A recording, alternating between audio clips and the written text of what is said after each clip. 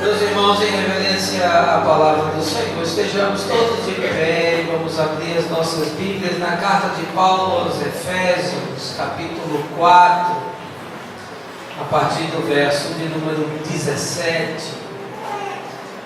Nessa igreja nós não projetamos textos no telão para estimular você a andar com a sua Bíblia. Vamos fazer a leitura usando a versão King James. Efésios 4, verso 17. Sendo assim, eu vos afirmo, e no Senhor insisto, para que não mais viveis como os gentios, que vivem na inutilidade dos seus pensamentos. Eles estão com o entendimento mergulhado nas trevas e separados da vida de Deus por causa da ignorância em que vivem, devido ao embrutecimento do seu coração. Havendo perdido toda a sensibilidade, eles se entregaram a um estilo de vida depravado, cometendo com avidez toda espécie de impureza. Entretanto, não foi isso que vós aprendestes de Cristo, se é que de fato o ouvistes, e nele fostes discipulados conforme a verdade que está em Jesus. Quanto à antiga maneira de viver, fostes instruídos a vos despirdes do velho homem, que se corrompe por desejos enganosos, e a serdes renovados no vosso modo de raciocinar, e a vos revestirdes do novo homem criado para ser semelhante a Deus em justiça e em santidade provenientes da verdade. Portanto, cada um de vós deve abandonar a mentira e falar a verdade ao seu próximo, pois todos somos membros de um mesmo corpo. Estremecei de ira, mas não pequeis. Acalmai a vossa raiva antes que o sol se ponha, e não deis lugar ao diabo. Aquele que roubava, não roube mais, pelo contrário, trabalhe fazendo com as mãos o que é bom, para que tenha o que repartir com quem está atravessando um período de necessidade. Não saia da vossa boca nenhuma palavra que cause destruição, mas somente a que seja útil para a edificação, de acordo com a necessidade, a fim de que comunique graça aos que a ouvem. E não entristeçais o Espírito Santo de Deus, com o qual fostes selados para o dia da redenção. Toda a amargura, cólera, ira, gritaria e blasfêmia sejam eliminados do meio de vós, bem como toda a maldade. Pelo contrário, sede bondosos e compassivos uns para com os outros, perdoando uns aos outros da mesma maneira como Deus vos perdoou em Cristo. Essa é a palavra do Senhor, irmãos, e por ela damos graças a Deus. Mais um cântico, pode se assentar.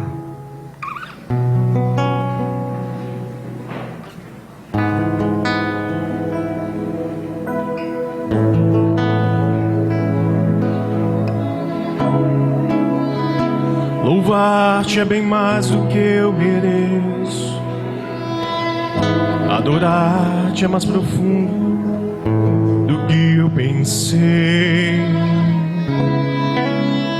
Servir-te é tudo que eu espero. O que mais quero é estar mais junto a ti, derramar perante ti os meus anseios. A minha oferta nessa hora é a verdade, e te mostrar os meus pequenos sonhos. Ó Senhor, como eu dependo de ti para me curar, para me ensinar o caminho que devo seguir. Podes me usar, Senhor, como tu bem queres. Abre o meu coração para me curar,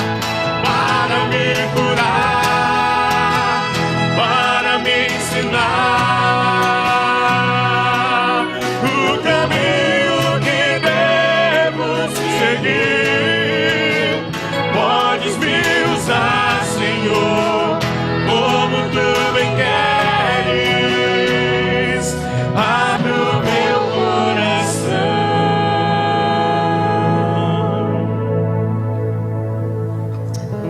Amém. Mais uma vez gostaria de saudá-lo no nome do nosso Senhor Jesus Cristo, que você se sinta acolhido entre nós. Essa é a casa do Senhor. Você que nos visita, sinta-se muito à vontade para ouvir a palavra e nela meditar no seu coração. A verdadeira função do homem é viver, não apenas existir. Frase de Jack London, ativista e jornalista norte-americano do século XIX. O existencialismo é uma corrente filosófica que afirma que o significado do ser humano pode ser apenas encontrado no ser existente em si mesmo. Um de seus principais expoentes, o filósofo francês Jean-Paul Sartre, defendia a tese de que a identidade de uma pessoa não está na sua natureza, pois, segundo o pensador, existir é fazer-se, é tornar-se aquilo que é. Um outro existencialista famoso, o dinamarquês Søren Kierkegaard, que era teólogo e filósofo também do século XIX, construiu sua obra versando que a realidade humana concreta é preferível ao pensamento abstrato. Do ponto de vista psicológico, estudou sobre as emoções e sentimentos dos indivíduos quando confrontados com as inúmeras escolhas e possibilidades geradas pelo viver cotidiano. Para o pensador, a existência vivida era muito mais rica do que a existência pensada. Daí sua frase: quanto mais eu penso, menos eu sou. O surgimento do existencialismo trouxe como consequência imediata a ruptura com a metafísica essencialista, que postulava sobre a essência humana, deixando a existência cotidiana à margem. Esse pressuposto filosófico imperou desde os gregos antigos até Hegel, filósofo alemão e pai do idealismo absoluto. No cristianismo, o pensamento essencialista foi impulsionado por Santo Agostinho, a partir do século IV, o qual, simbiotizado com os postulados das Escrituras de que o homem é, em essência, imagem e semelhança de Deus, influencia até hoje a doutrina da igreja. Eu não posso negar, meu olhar sobre essa questão está impregnado tanto da teologia quanto da filosofia. Mas talvez o que mais me ajude a pensar sobre essas questões seja as interações que eu tenho com as pessoas. E isso a partir dos diálogos, relacionamentos que se constroem em função do exercício do ministério. É olhando para as pessoas, para as suas dores, para os seus medos, para as suas ansiedades, as escolhas que fazem e as suas inevitáveis consequências, os caminhos que trilham e por vezes até os descaminhos, que eu consigo melhor observar o fato de que há uma enorme quantidade de gente que está passando pela vida sem viver. Esse fato é reforçado ainda mais quando nós constatamos em nossa sociedade a reencarnação do pensamento hedonista dos gregos, que postulava uma existência calcada no prazer, na felicidade algo quase assim fantasioso. Em nossos dias importa ser feliz, sem importar como isso será alcançado. É o oposto da famosa citação do advogado e poeta brasileiro do século XIX, Francisco Otaviano, que afirmava: quem passou pela vida em brancas nuvens e em plácido repouso adormeceu, quem passou pela vida e não sofreu, foi espectro de homem, não foi homem, só passou pela vida e não viveu. O que sei é que existir é absurdo, mas no inexplicável Deus pôs significados e propósito. Descobri-los parece ser a sina de todo ser vivente debaixo do sol.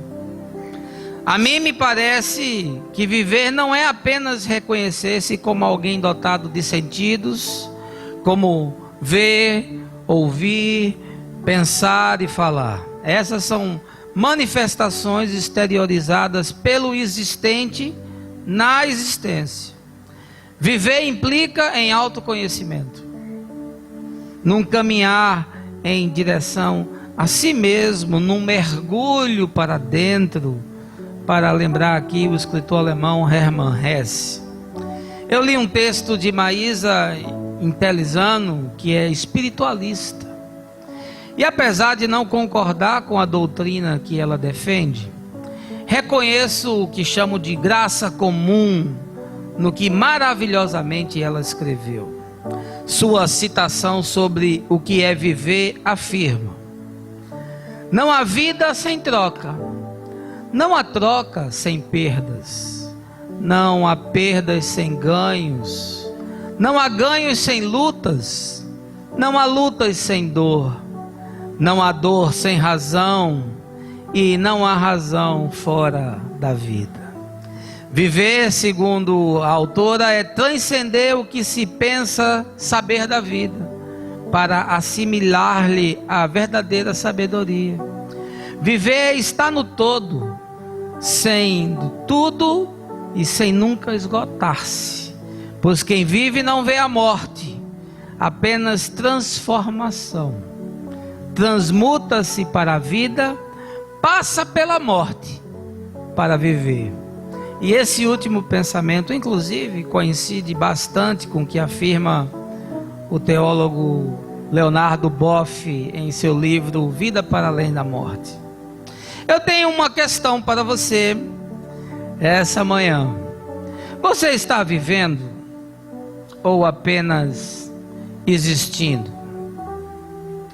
Quais são as garantias que você pode me fornecer para me provar que está vivendo? Parece absurdo, mas eu posso lhe demonstrar facilmente que você pode ter se tornado um autômato em meio a essa sociedade marcada tão fortemente pela tecnologia. Eu posso lhe demonstrar, por exemplo, quem sabe, que você tornou-se uma peça na grande engrenagem que produz uma linha de montagem nessa sociedade contemporânea, com vistas a produzir commodities de tudo. Uma sociedade que serializa tudo, que industrializa tudo. Eu posso facilmente lhe demonstrar que talvez seus dias sejam feitos de mesmice, de canseira, de enfado, que sua existência é repetição, cópia da cópia, impulso desordenado e manipulado pela cultura de massa. Entretanto, e por outro lado, eu quero lhe afirmar categoricamente que o desejo de Deus não é que você exista, mas que por intermédio de Jesus receba vida e vida em abundância. Pois bem, valendo-me de tudo o que eu aqui rapidamente expus, eu quero pregar hoje a mensagem que eu intitulei Não Basta Existir, é Preciso Viver.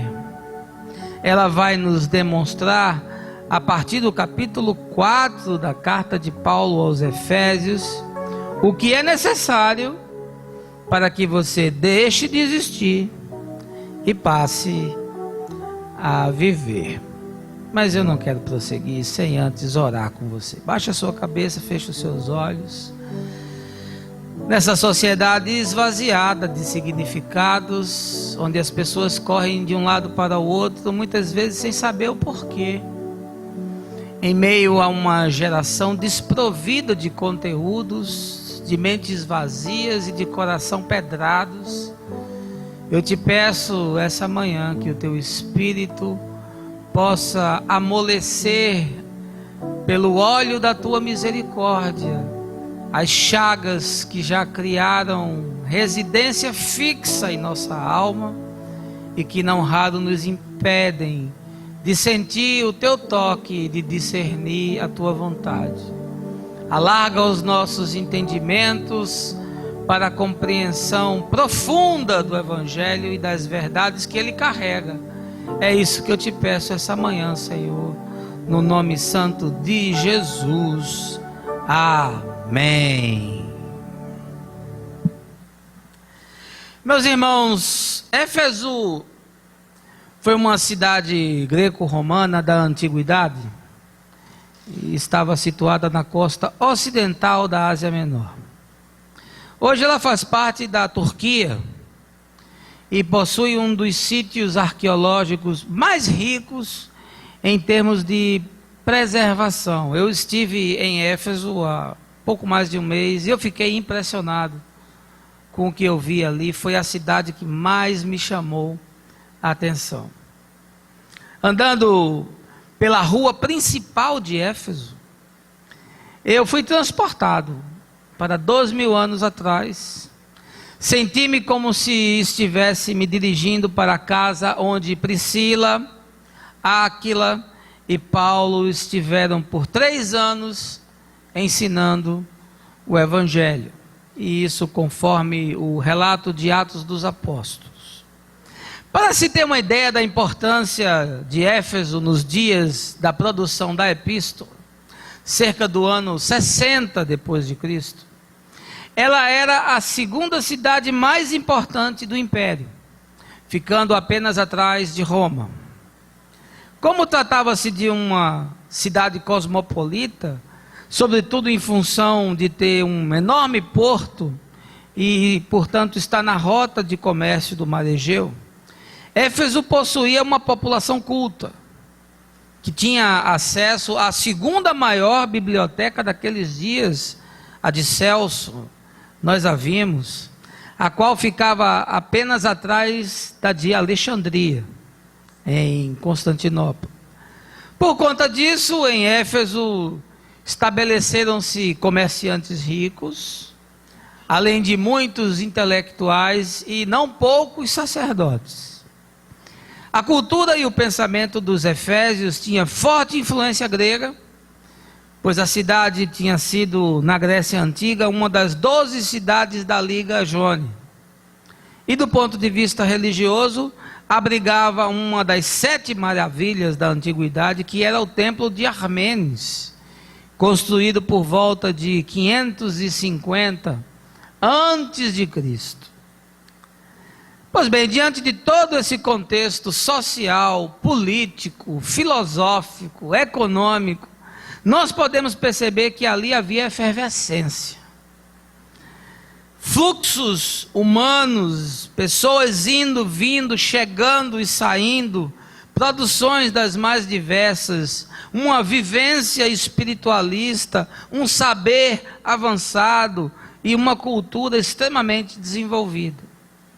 Uma cidade de 250 mil habitantes, Éfeso era o lugar ideal para Paulo plantar uma igreja, e foi justamente isso que ele fez, porque ali desenvolveu-se talvez a mais significativa, importante, militante e comprometida igreja da Ásia Menor. A carta aos Efésios, ela pode ser dividida em 2 partes, segundo os estudiosos. Na primeira, nós encontramos um tratado teológico com a exposição de uma forte construção doutrinária. Já na segunda, nós identificamos um conteúdo mais pastoral, com ênfase no comportamento, na ética, no viver cristão. Nesse capítulo 4 que nós lemos hoje, uma parte dele, eu também posso identificar claramente o estabelecimento de duas seções. Na primeira parte, Paulo lança o que eu entendo ser os fundamentos teológicos de um viver transformado pela graça de Deus, que é manifesta através do Evangelho de Jesus. Na segunda, ele exemplifica, e aí de forma mais prática, mais tangível, mais próxima do nosso cotidiano, os desdobramentos que a introjeção dessas verdades e desses conteúdos produz na nossa vida. E portanto eu quero voltar à minha questão de hoje. Você está vivendo ou apenas existindo?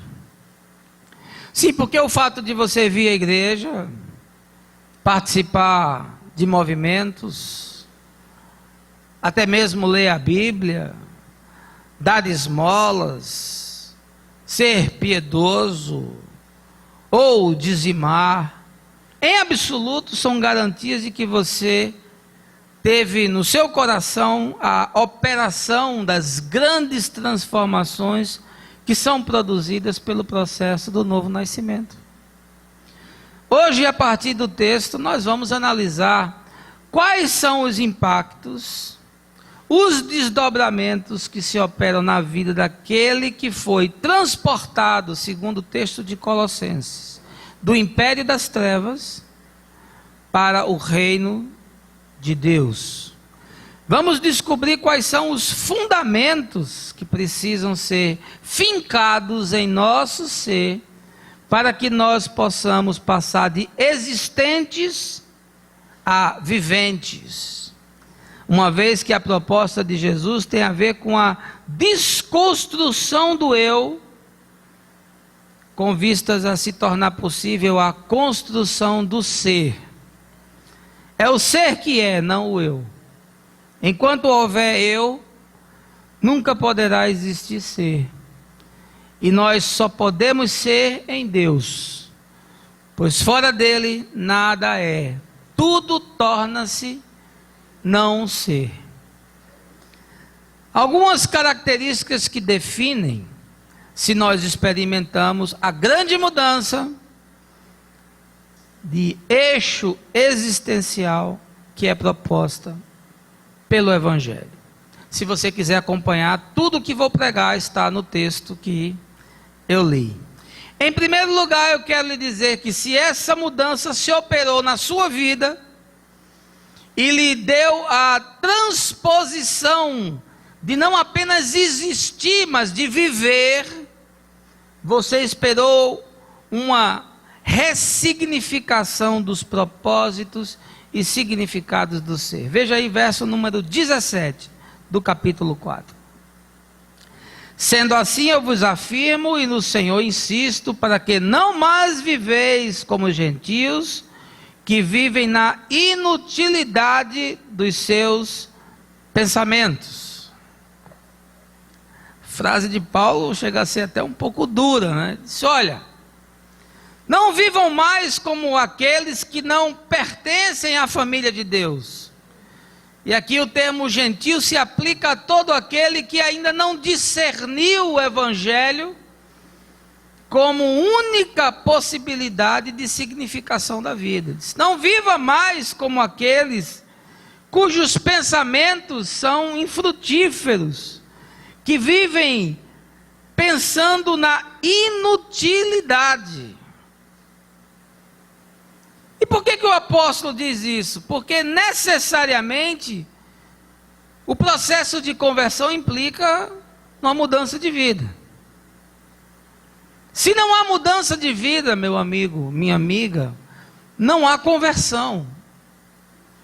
Se você mudou a sua agenda e incluiu nela um bocado de programação de igreja, mas a sua vida não foi transformada, eu preciso lhe dizer com toda honestidade essa manhã que ainda não houve conversão. Você aderiu a um clube, você se fez parte de uma confraria, você participa de uma sociedade não raro fechada, exclusivista, preconceituosa, jactante, mas não houve em você conversão. Porque conversão significa uma ressignificação dos propósitos e significados de ser, ou seja, implica numa mudança da sua percepção, do seu entendimento sobre a vida. Se isso não aconteceu, você entrou na igreja, mas as verdades do evangelho não entraram em você.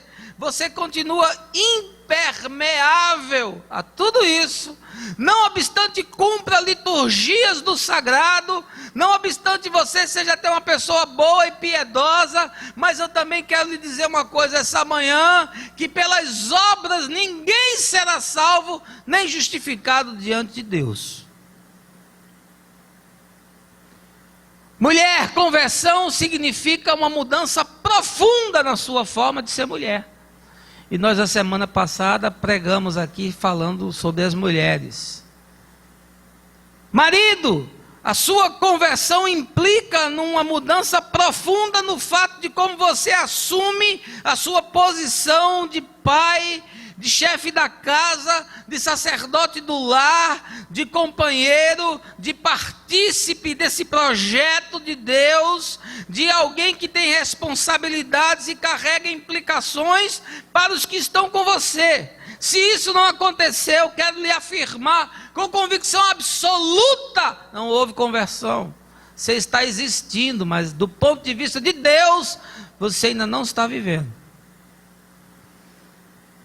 Você que é empregado, se na sua mente não se operou um processo que lhe leva a entender que você não é empregado de nenhuma empresa, de nenhuma multinacional, de nenhum conglomerado, de nenhuma holding, de nenhuma empresa local, de nenhum governo, que você é empregado e servo do Senhor e para Ele você trabalha, e que o seu sustento vem dEle e o pão da sua mesa é colocado lá por graça e misericórdia dEle, você ainda não entendeu qual é a proposta de ressignificação que o Evangelho nos propõe.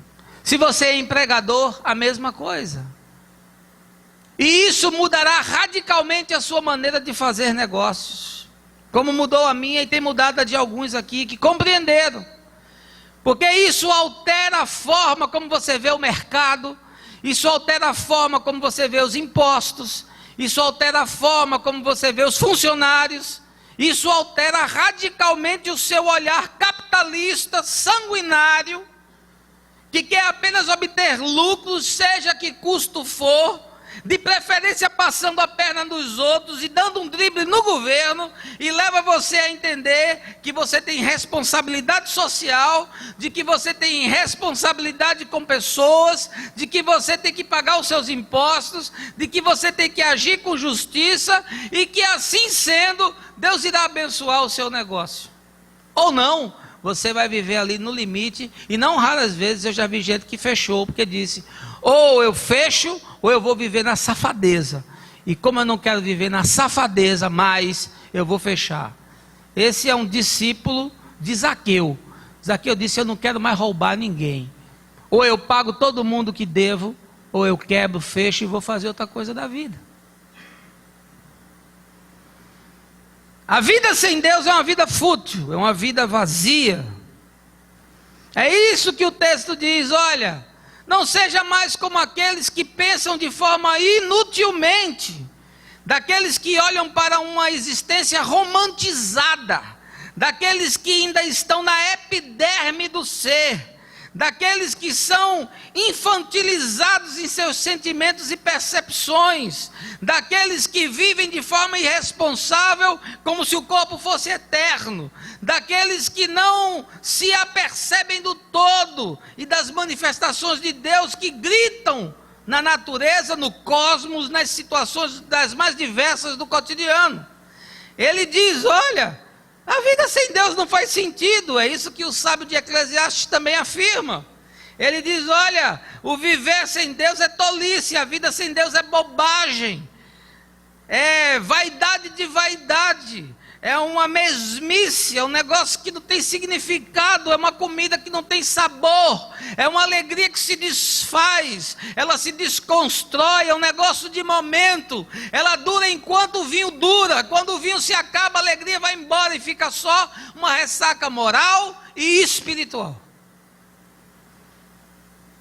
Porque a futilidade dos pensamentos dos homens está calcada nesse hedonismo materialista, nessa necessidade de encontrar o prazer, dessa necessidade da vida que busca só a alegria e a felicidade. E isso é uma utopia, porque a vida é feita de todos os matizes, de todas as estações.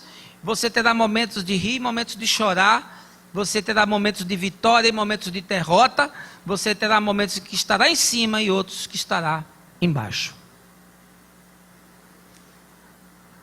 Viver sem Deus é viver de forma egocêntrica, é você ser o centro do universo, é você achar que a terra gira em torno de si, é você achar que as pessoas existem para lhe servir, é você achar que só você tem razão e todo mundo está equivocado, é você se calcar nos seus pensamentos frágeis, simplistas, e não se abrir para verdades tão maiores, que sensibilizando o seu coração poderiam ressignificar a sua consciência e lhe dar um novo propósito de ser. Por isso a frase que usamos quase que insistentemente de que nós estamos vivendo igrejas lotadas, cheias de pessoas vazias. Em segundo lugar, eu quero lhe dizer que para que a vida ganhe um significado e você deixe de existir e passe a, de fato, viver na perspectiva de Deus, você precisa fazer uma reelaboração da matriz de valores e conteúdos cognitivos. Veja aí, verso 18, parte A. Eles estão com o entendimento mergulhado nas trevas e separados da vida de Deus. Paulo continua a construção do seu raciocínio dizendo o seguinte: olha, aqueles que estão distantes de Deus estão com os seus pensamentos mergulhados nas trevas, ou seja, está dizendo que são pessoas que não têm nenhum entendimento. Quando nós nos referimos à Idade Média, nós falamos que ela significou para a humanidade um tempo de trevas. E essencialmente, por que nós afirmamos isso? Porque na Idade Média os livros eram escassos, e o saber foi enclausurado, foi exilado para os monastérios, e só os monges tinham acesso aos escritos. E mesmo assim, muitos dos escritos dos gregos, dos sábios da antiguidade, eles foram sublevados, só sendo novamente acessados quando se deu o início ao iluminismo e em seguida à renascença.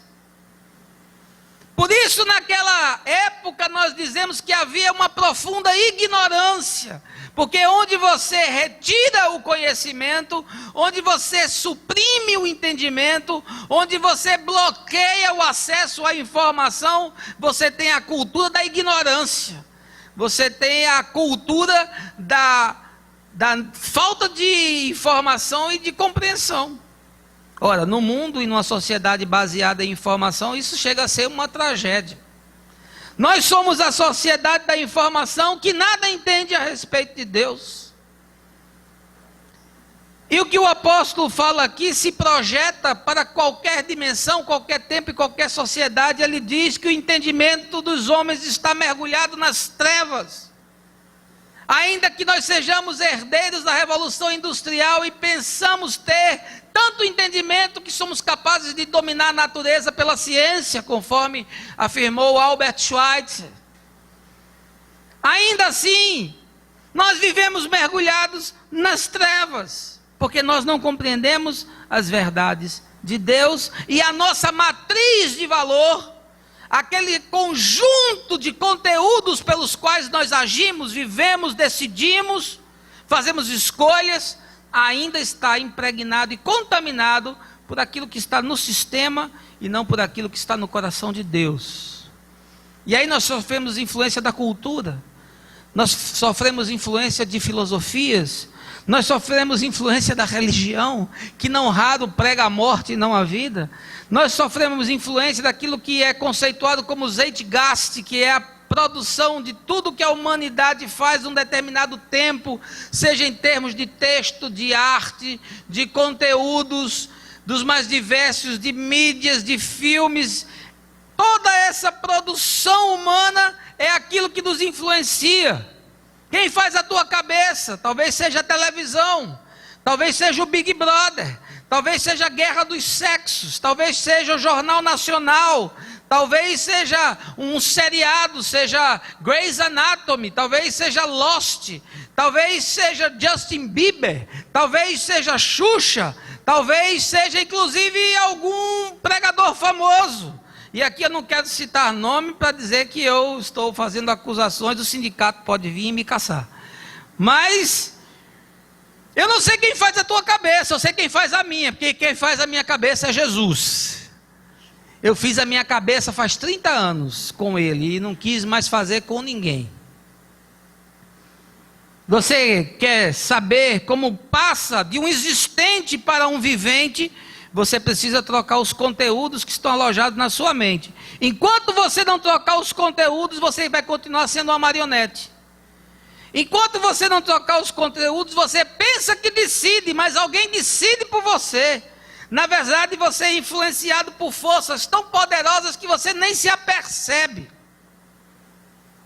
E a única capacidade de você romper com esse ciclo vicioso é quando os conteúdos do Evangelho entram na sua mente, que aí você tem condições de dizer: isso é verdade, isso é mentira, isso é bom, isso é ruim, isso é vida e isso é morte. Não compreender os significados de ser implica em andar à margem da vida. É como o cego de Jericó. O texto diz que ele estava à margem. Ele ficava do lado de fora da cidade mendigando, porque ele estava fora de qualquer possibilidade da existência cotidiana, social, desdobrável, construtiva, produtiva. Ele era um mendigo à beira do caminho. E aí Jesus passa e ele diz: filho de Davi, tem misericórdia de mim, Senhor. E Jesus diz: o que você quer? Ele diz: que eu possa ver. Quem dera hoje você se sentisse como eu, como o cego de Jericó que precisa enxergar. E só se ele puser luz nas tuas trevas, você será capaz de discernir. Por isso Paulo diz: transformai-vos pela renovação da vossa mente. Por isso que Paulo, nos seus textos, diz: asseverava, discutia, ensinava, pregava. São todos verbos que indicam uma ação que envolve uma mudança na consciência. A igreja de hoje parece um bando de bonecos sentado num culto, ouvindo sermões que são cansativos, enfadonhos, liturgias pesadas, mensagem para fazer cosquinha no ouvido, para o cara sair com o coração massageado, mensagem de autoajuda que nada tem a ver com o evangelho, que você vai passar 10 anos ouvindo, não vai mudar nada, e a sua vida vai se desmontando, porque a sua matriz de valores está equivocada. Jesus disse: vinho novo, para odres novos, conteúdos novos, em pessoas novas. Porque o vinagre da religião racha o odre e faz com que tudo vaze pelo ser Metanoia é mudança de mente, eu já tenho dito aqui. Não é mudança de atitude. Primeiro muda a mente, para só depois as atitudes se materializarem. Em terceiro lugar, você quer saber como a existência muda, para que você de fato comece a experimentar a vida? Ainda no verso 18, parte B, diz lá que os homens, além de ter o seu entendimento mergulhado em trevas, isso se dá pela ignorância em que vivem e por causa do embrutecimento do seu coração. Ou seja, o apóstolo está falando que a dureza do coração, um coração embrutecido, um coração enrijecido, um coração resistente, impermeável, inacessível, impede que você tenha uma experiência de vida real, profunda e consequente. Ora, aqui eu quero usar a alegoria que o texto nos traz, porque o coração bombeia sangue para todos os órgãos do corpo. Pelos seus vasos vaza a vida, mas o entupimento é fatal. O doutor Germano não está aqui hoje, né, Carlinha? O nosso cardiologista, mas ele poderia lhe dizer, olha, um entupimentozinho numa veia daquela, o cara pode morrer. E assim há muitos que estão com as suas veias entupidas, por onde não se pode construir novos caminhos. Por isso, em terceiro lugar, eu quero lhe dizer que para você sair de existente para vivente, você tem que permitir a reabertura de vias para que novos caminhos sejam trilhados. Olha, gente dura nunca vai experimentar na hora de Deus. Sabe por quê? Porque não raro você vai ter que trilhar por um caminho que você abandonou. Não raro você vai ter que reabrir uma trilha que você fechou. Não raro você vai ter que buscar um relacionamento que você destruiu. Você vai ter que buscar a ajuda de quem você rejeitou. Você vai ter que buscar o perdão de quem você machucou. Você vai ter que andar pela estrada de volta, assim como o filho pródigo andou. E o caminho de volta é sempre um caminho difícil, porque é um caminho que implica cair em si mesmo. É um caminho que implica em você reconhecer suas idiosincrasias, em você reconhecer a sua fragilidade, em você ter a coragem de se olhar no espelho e dizer, esse sou eu. Os meus erros são esses, eu não dou para ninguém, eu quero mudar isso.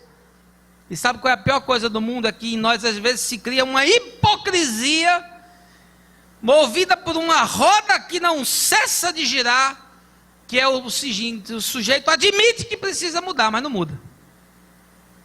Ele diz assim, realmente eu tenho esse problema. Ele vem aqui no culto, ouve a mensagem, chora, treme, sai angustiado às vezes, pesado, chega em casa, aí diz, eu preciso mudar, aí fica assim, amanhã ele já está mais assim, diz, eu preciso mudar, mas Deus é bom, a sua misericórdia dura para sempre.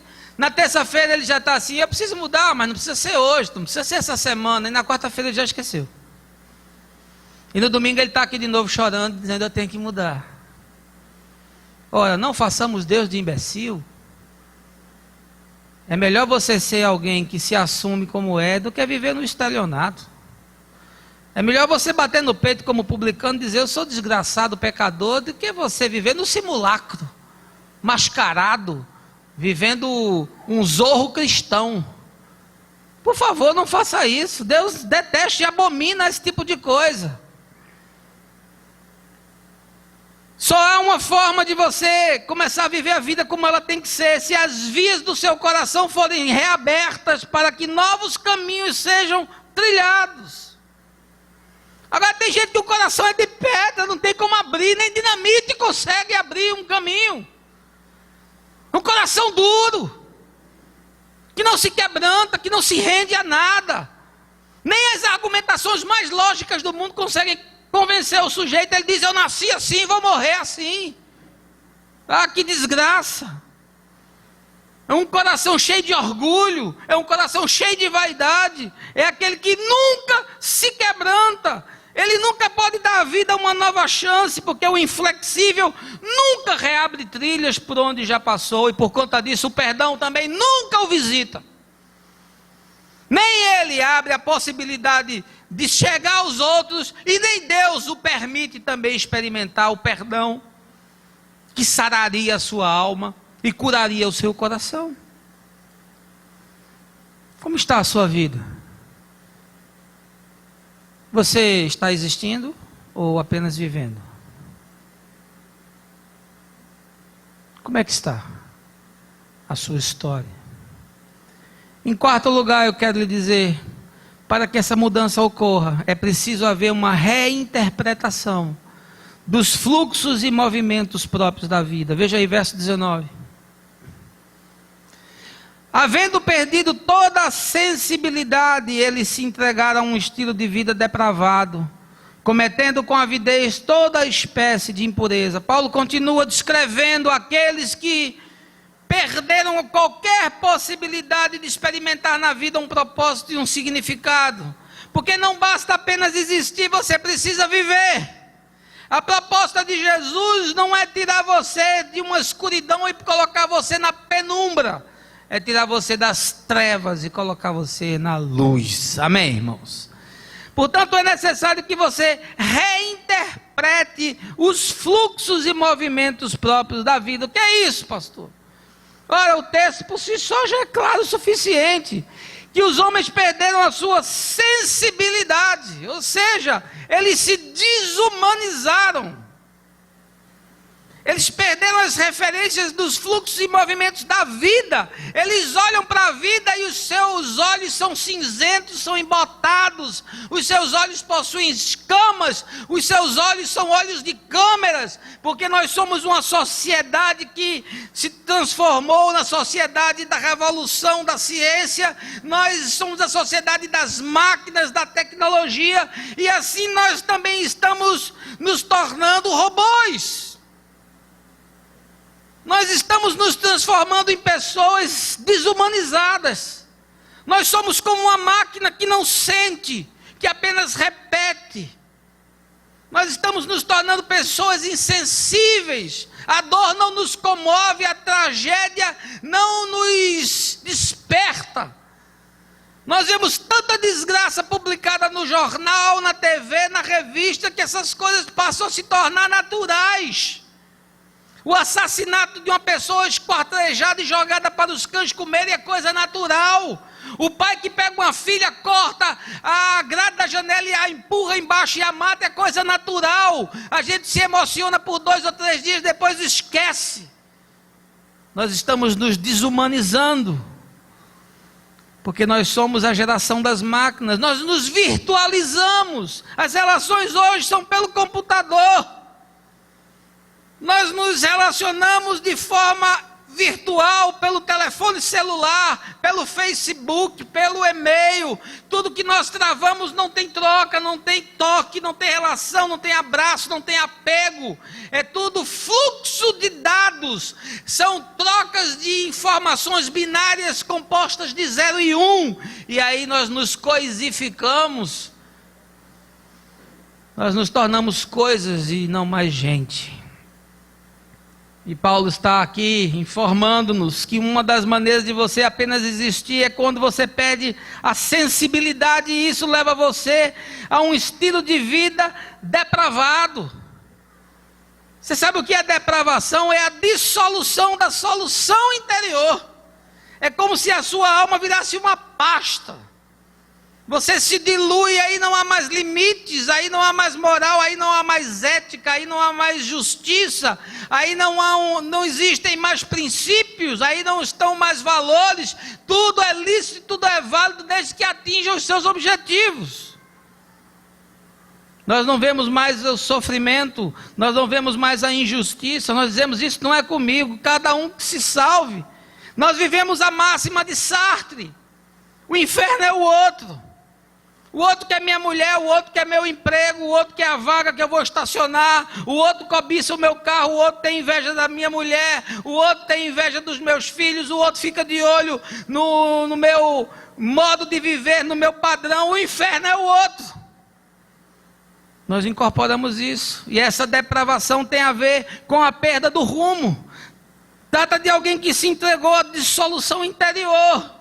E ele fala mais que isso leva à impureza. Sabe o que é impureza? Não é só do ponto de vista sexual, não. A impureza é a contaminação de qualquer material por um material estranho. Você tem impurezas que estão na sua mente, que são conceitos que entraram e estão deturpando a sua forma de enxergar a vida. Você tem impureza que inclusive são proporcionadas por espíritos, potestades que influenciam e manipulam a sua forma de ser e de agir.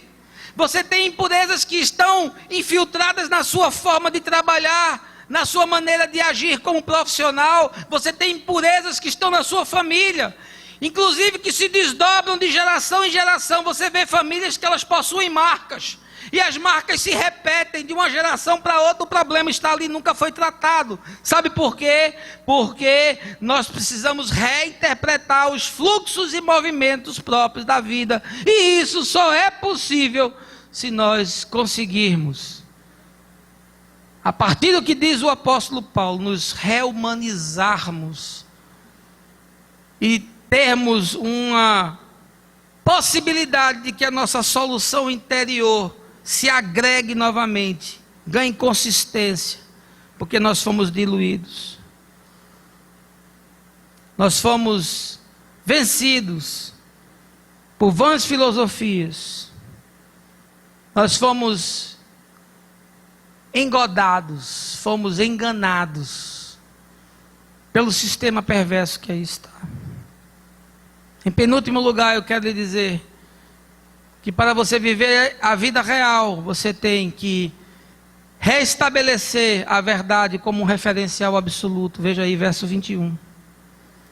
Se é que de fato o ouvistes e nele fostes discipulados conforme a verdade que está em Jesus. Aí Paulo já está dizendo, olha, se de fato aconteceu algo na sua vida e você teve contato com a verdade do Evangelho que se manifestou em Jesus, no absoluto e não no relativo, aí de fato as mudanças vão acontecer.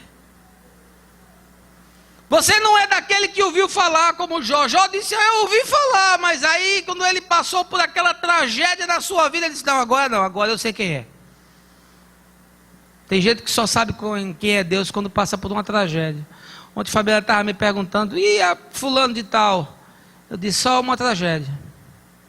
Porque a vida já lhe proporcionou muitas oportunidades de mudança, e ele não quis. Agora só uma tragédia.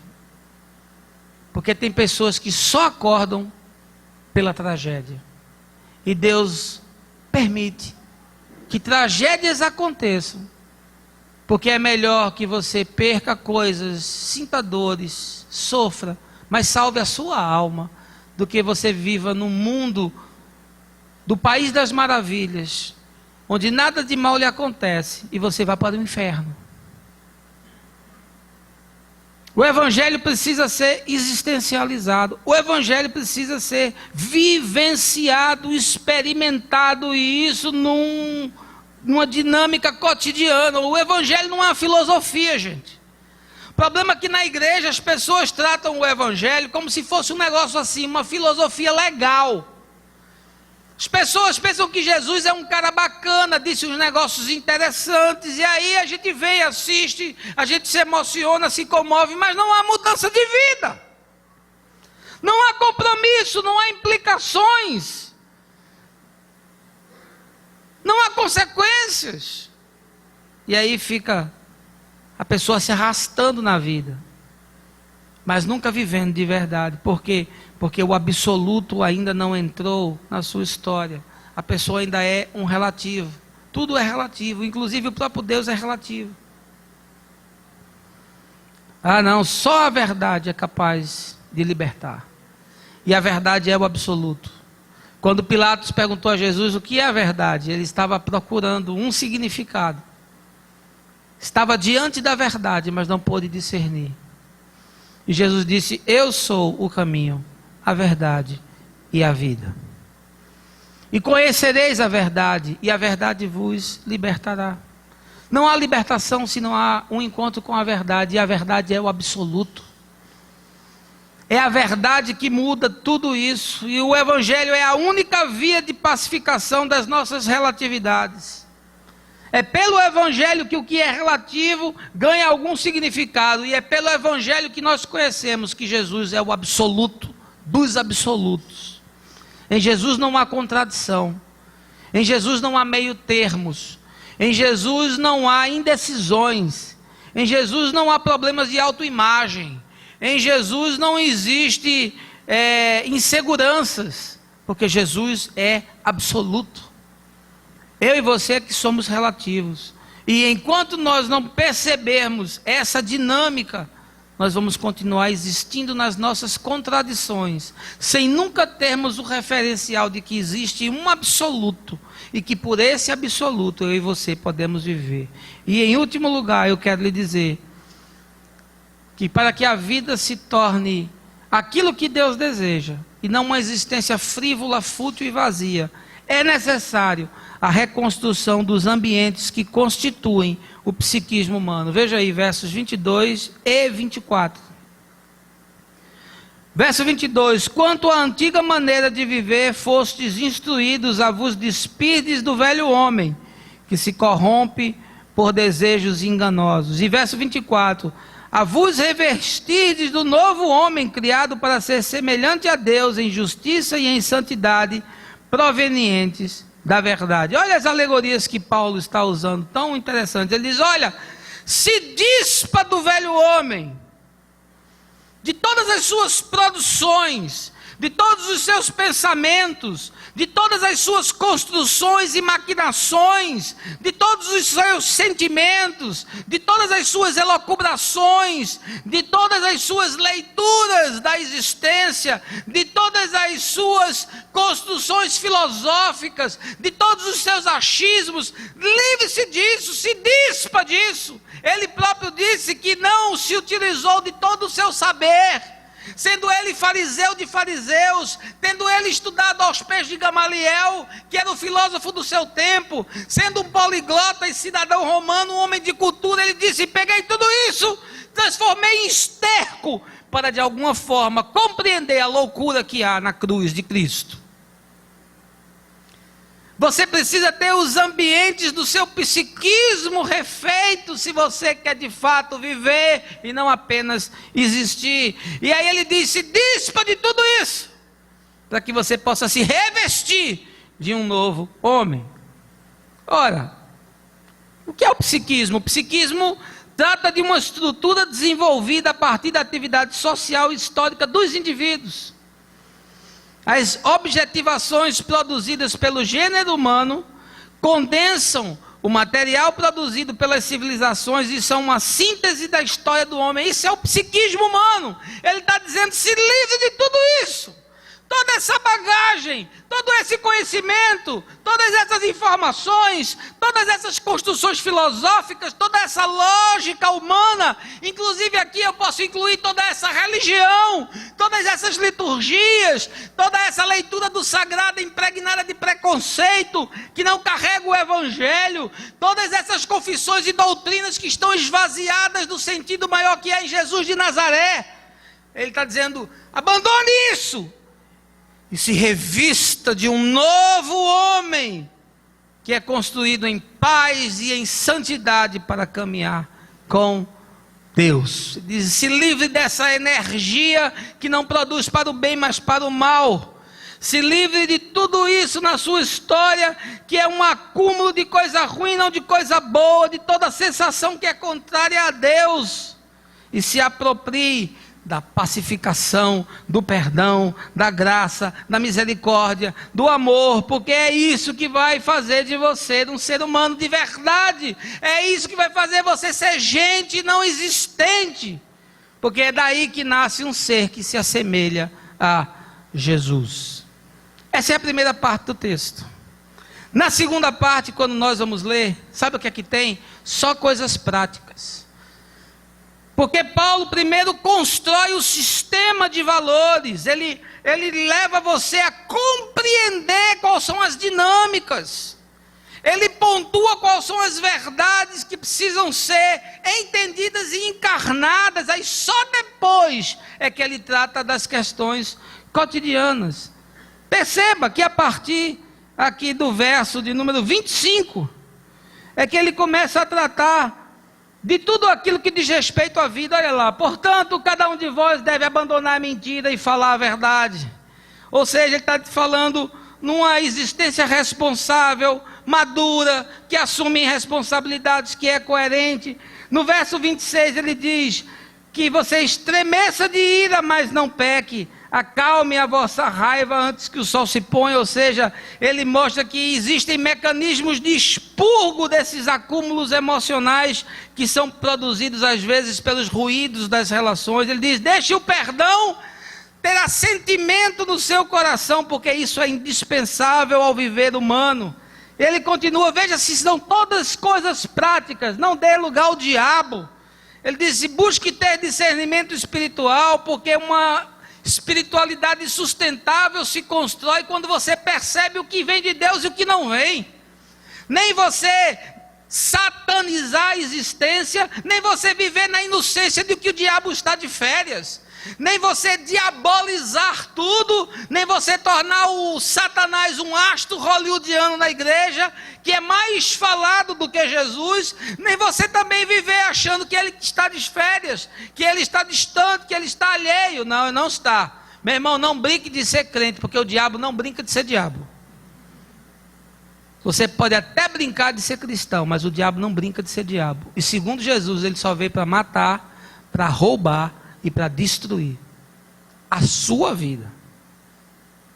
Veja mais, verso 28, aquele que roubava, não roube mais, trabalhe com as suas próprias mãos. Veja que ele está falando de coisas práticas. Ele está dizendo, encarne na vida valores éticos, valores morais, que deem uma utilidade àquilo que você faz. Trabalhe com as suas próprias mãos. Verso 29, não sai da vossa boca nenhuma palavra que cause destruição. Olha lá, ele está dizendo, use o seu pensamento e a sua capacidade de articulação para compor um novo mosaico sobre o qual a vida passa a ser uma inspiração para outros. Veja como é diferente aqui. Agora ele está mostrando a vida como ela é. Ele está mostrando as coisas do nosso dia a dia. Mas antes de chegar a isso, antes de propor mudança nisso, ele está dizendo a uma construção de conceitos, de experiências e de decisões que precisam ser tomadas e sem as quais você não conseguirá viver isso. Por isso, tanta gente tentando viver isso não consegue e entra em parafuso. Porque tenta fazer isso aqui no esforço. E olha, meu irmão, viver com Deus não é viver fazendo esforço. O esforço que tinha que ser feito já foi. Jesus já pagou tudo na cruz. E Ele me convida agora a caminhar com Ele em fé. E sobre essas verdades que eu pontuei. Verso 29. Não sai da vossa boca nenhuma palavra torpe. Eu já falei. Verso 30. E não entristeçais o Espírito Santo de Deus, com o qual fostes selados para o dia da redenção. Ou seja, desenvolvam uma fé que se apoie em fundamentos sólidos e que tenha em Jesus a chave de interpretação, a chave hermenêutica das Escrituras. Verso 31, toda amargura, cólera, ira, gritaria e blasfêmia sejam eliminados do meio de vós, bem como toda maldade. Veja como ele está entrando nas questões práticas, veja como ele está entrando nas questões objetivas, nas coisas que nos acontecem todos os dias. Ou seja, elimine os acúmulos emocionais que geram feridas na alma, destroem as estruturas interiores e desensibilizam o ser. Agora Paulo está mostrando, olha, você depois de entender aquilo que eu falei na primeira parte, agora eu vou lhe mostrar como você vence na segunda parte. E finalmente 32, pelo contrário, sede bondosos e compassivos uns para com os outros, perdoando uns aos outros da mesma maneira como Deus vos perdoou em Cristo. Ou seja, é uma compreensão da existência do outro, é finalmente perceber o outro, é finalmente entender que sem uma troca com o outro eu não me sociabilizo, eu não me torno gente. Eu não tenho como viver o evangelho se não há o outro. Não posso amar a Deus a quem não vejo e deixar de amar o meu irmão a quem eu vejo. Por isso na Bíblia tem tanto uns aos outros, amai uns aos outros, perdoai uns aos outros, sede misericordiosos uns para com os outros, suportai-vos uns aos outros, porque a fé é vivida na dinâmica do outro. Sem o outro nunca vai existir espiritualidade, nunca vai existir fé. Por isso Jesus disse, ame a Deus sobre todas as coisas e ao próximo como a ti mesmo. E ele colocou as duas coisas na mesma ordem de significância. Ele disse: esse é o maior de todos os mandamentos. Viver é a coisa mais rara do mundo. A maioria das pessoas apenas existe. Frase de Oscar Wilde, escritor norte-americano. O homem é paradoxo, é ambiguidade, oscila entre grandeza e o caos. É semelhante a Deus, mas foi deformado pela queda. Carrega em si mesmo o sagrado e coexiste em pecado. O grande desafio que possui em sua jornada passageira na terra é tornar-se aquilo que é, para lembrar a famosa frase do filósofo Nietzsche: para tal, seu encontro com Deus, através de Jesus Cristo, é condição sine qua non. Só após ser pacificado no seu coração e perdoado de suas transgressões, ele poderá caminhar desenvolto em busca de viver a verdadeira experiência que lhe está reservada enquanto ser humano. Tristemente, há muitos que jamais experimentaram ou experimentarão tal processo de construção de uma ambiência interior. Estes são aqueles que ou são refratários a tudo que seja concernente a Deus, ou pela via da dúvida e do medo, da incredulidade, tornaram-se agnósticos quanto às questões da fé e do transcendente, ou ainda encontram-se dormentes pela via da religião institucionalizada, tendo suas consciências cauterizadas e a partir dela a experimentação de uma espiritualidade burocrática e mecânica. O teólogo espanhol John Sobrino, radicado em El Salvador, afirma, preste atenção a essa frase: tão importante quanto nos perguntarmos se há vida após a morte é a pergunta se há vida antes da morte.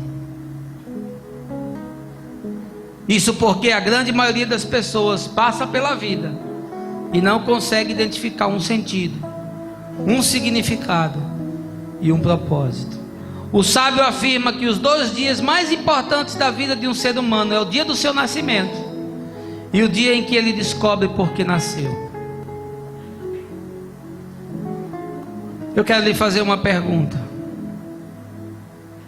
como está a sua vida? Como são os seus dias? São mesmice? São enfado? São canseira? Você está tentando corrigir o que é consequência e não causa? Você se sensibiliza no domingo, mas na semana volta a ser tudo o que era? Ou de fato há mudanças profundas e irreversíveis processadas no seu ser? O que eu penso da vida? Bem, respondendo com os versos do poeta pernambucano Gonzaguinha, é bonita e é bonita. Que Deus nos abençoe. Amém.